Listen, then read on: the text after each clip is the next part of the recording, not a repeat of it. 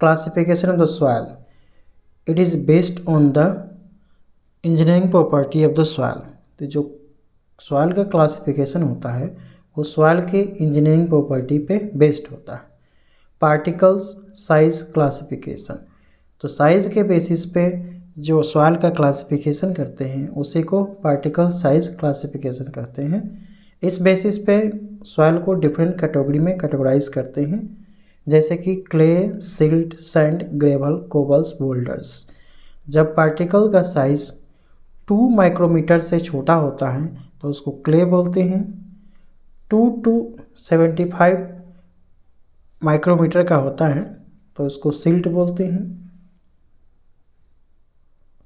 अगर 75 माइक्रोमीटर से 4.75 mm तक का होता है तो इसको सैंड बोलते हैं।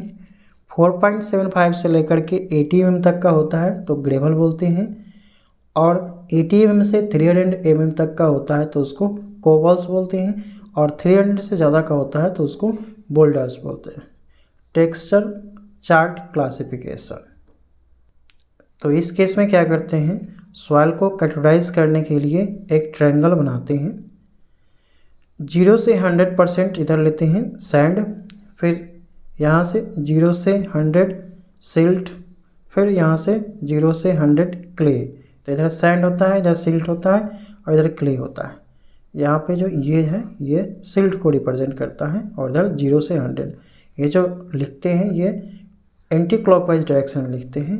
0 से 100, फिर यहाँ से 0 से 100, फिर यहाँ से 0 से 100। उसके बाद क्या करते हैं, ये 70 और 30 को मिलाते हैं। फिर उसके बाद में 80 को 20 से मिलाते हैं।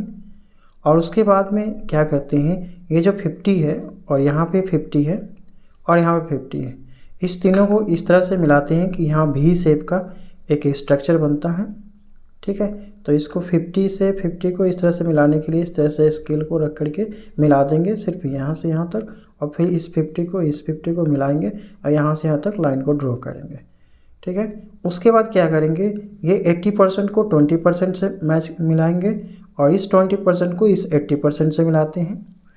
और यहाँ पे क्या करते हैं, ये 65 जो होता है ना, इस 65 से एक लाइन ड्रॉ करते हैं जो कि इस लाइन से पैरेलल होता है। और 45 से एक लाइन ड्रॉ करते हैं जो कि इस लाइन से पैरेलल होता है।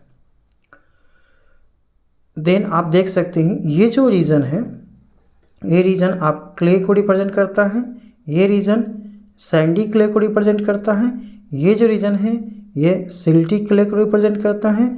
उसके बाद जो ये रीजन है ये लोम को रिप्रेजेंट करता है। इसके ऊपर क्लियर लोम, इसके लेफ्ट साइड में सैंडी क्ले लोम, राइट साइड में सैंडी क्ले लोम, सिल्टी क्ले लोम हो जाएगा।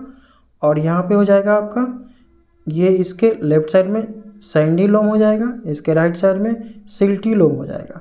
यहाँ पे सिल्ट हो जाएगा और यहाँ पे क्ले हो जाएगा। तो इसी को बोलते हैं texture chart classification of the soil.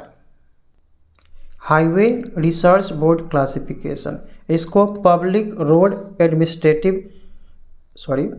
Road administration classification system भी कहते हैं, जो कि पेवमेंट के कंस्ट्रक्शन के लिए यूज़ किया जाता है। इसके बेसिस पे सॉइल को 7 ग्रुप्स में और फर्दर सेवरल सब ग्रुप्स में कैटेगराइज करते हैं। यहाँ पे जीआई ग्रुप इंडेक्स को कैलकुलेट करते हैं। जीआई को कैलकुलेट करने के लिए liquid limit, percentage of particles passing through the 75 micrometre sieve, plastic limit, तो ये सारे का यूज़ करते हैं ग्रुप इंडेक्स को कैलकुलेट करने के लिए। अगर ग्रुप इंडेक्स ज़्यादा होता है इसका मतलब जो सॉइल का क्वालिटी है वो अच्छा नहीं है। ग्रुप इंडेक्स का जो फार्मूला होता है कुछ इस तरह से होता है 0.2A plus 0.01BD plus 0.005CA, A P-35, B P-40, C WL-40,